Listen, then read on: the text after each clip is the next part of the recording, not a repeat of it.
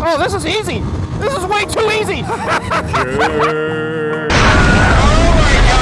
This is a CB1000. You're probably thinking, did you buy this thing? No, this is a giveaway motorcycle thanks to fanofthem.com. These guys set up channels like myself with really cool products that we can make some great content with and then give away. You can win this motorcycle yourself by going over to fanofthem.com/JakeTGS, where you can purchase merchandise that's exclusive to this giveaway, which will automatically enter you into the drawing. And win or lose, you're helping support me and Fan of Them, a veteran-owned company. Do it soon because this giveaway ends February 27th at 11:59 Pacific Standard Time. Here it comes. There it is.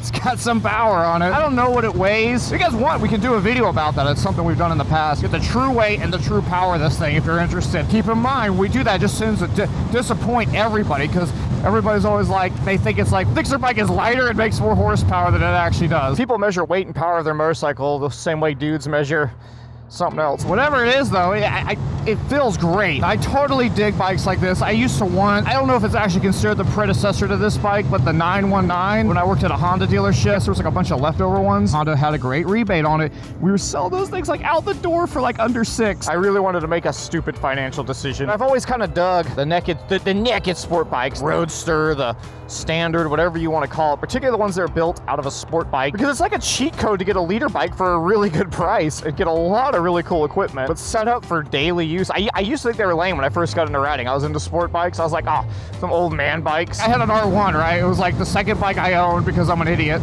And I'm like 20 years old, 19, 20 years old with an R1, because that makes sense in life. The equivalent was the FZ1. Lame, old man bike. A bro let me ride one around, and I was like, oh, I think I made a mistake. Because I was like riding that R1 to work basically every day. God, it's lifting the wheel when you do that. I get on that FZ1 and I was like, wow, this thing's so comfortable. It's so nice. And what I always thought was detuning of the engine, where they re-geared a little bit, sometimes do different cam profiles, even sometimes different throttle bodies. I was like, oh, they're choking the engine down. That's totally lame. No, they're moving the power band on it. They're changing out how that thing makes power and where it comes on it. Still an inline 4, so it's still gonna be revvy, which could be fun. And ultimately too, if you're like after a leader bike and you want to daily it, and you want to save some money, dude, these things are just the way to go. You have just 6 gear, roll on, easily going 90.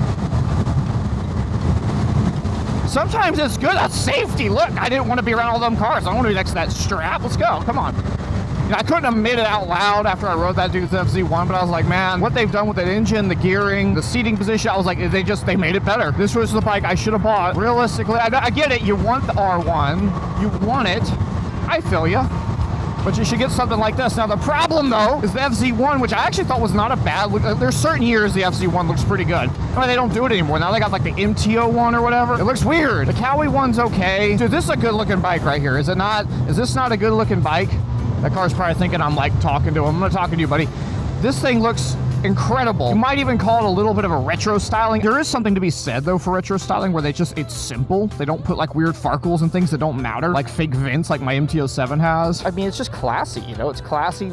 Maybe you could call it retro. They've taken like something like a CBR1000, fixed the engine, made it more dailyable. What's up, man? Made the chassis more dailyable. Oh yeah. I should put my visor down. Let's actually run up here to the old Honda dealer. Show them what I got. Oh, look at this truck over here. It's an old C10. Look, like before 60. It's like a 63. It's got the patina look on it. The C notch with the bed cover there. Look at the top of it. It's the only way I accept a slam truck is if it's like this. Otherwise, I don't know what you're doing with yourself. As good as this bike looks, that truck might look a little better. Oh no, there's much traffic. I'll have to use power to get out of this situation.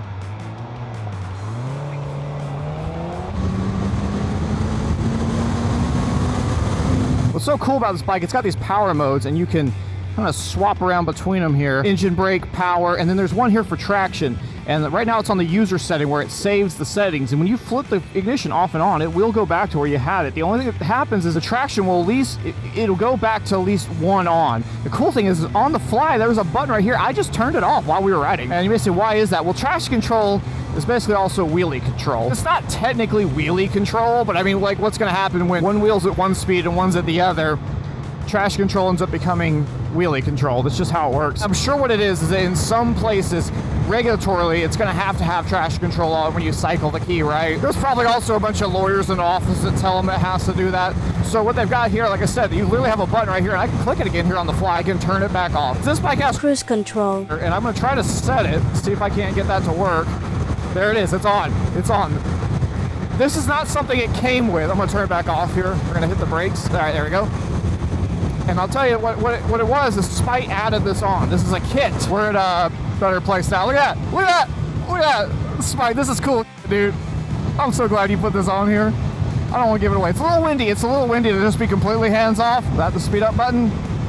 This bike is fly-by-wire. Basically, that the hardware exists. It's really no excuse not to have traction, not to have cruise control. But a lot of these bikes don't. That company, though, I do believe has kits for cable-driven bikes.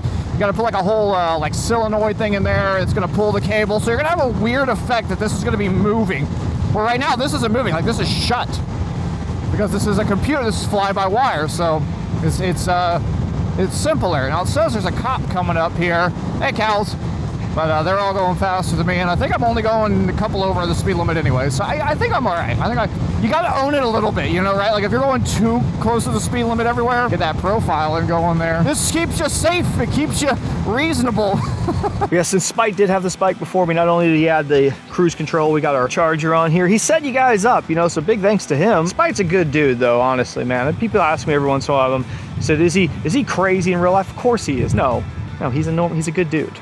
Nobody actually asks me that. What they really want to know about is if he's a robot. Got the classic round headlight, but it's LED. Look at it. Low beam, high beam. And of course, then if you can do the little pass light mode. They're doing the cool thing is when you're in high beam, they're both on. These are nice LED as well. They actually honestly don't look bad. I mean, they're big. I would want to replace them with something small, but I mean, you don't have to do anything with this bike. It's classic, it's good. It's a respectable bike. The cops are gonna see on this thing and go, oh, here ain't no hooligan, look at that thing. It's a great, classic, good looking motorcycle. Do you think it could use like a little fairing thing right here? I wonder if somebody makes something like that. I'm thinking about it like it's a bike that I wanna modify. I gotta say how you get a budget 1000 out of these things. I mean, we have Showa adjustable suspension front and rear on this bike.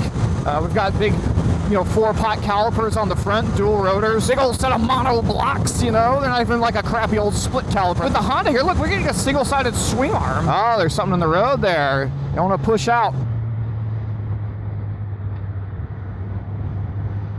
Woo! Oh, this is easy. This is way too easy. I don't want to give this thing away. I win it. Me. Is that okay if I have to win it? That's just second pinning it out. Woo!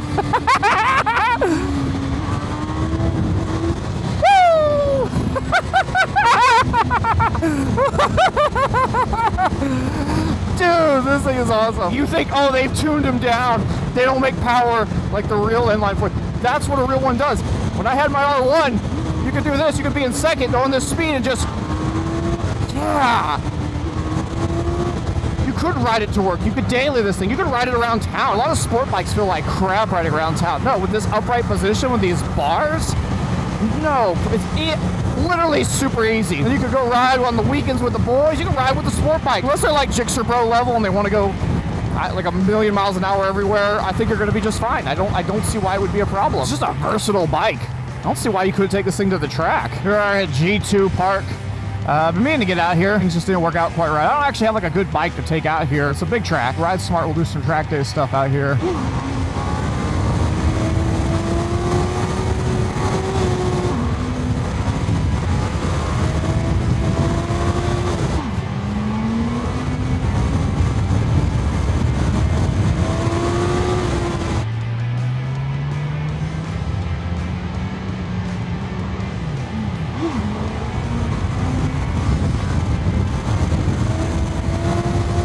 So if you want to see me dyno this thing or weigh it, let me know in the comments below. I think we can easily do that. Go over there to thefanofthem.com and check this thing out. Enter to win, or don't. You're an adult. You can decide what you want to do. If you want to see a longer version of this video without ads, censor free and all that good stuff, going over to my Patreon. Just $1 a month. You have full access to that.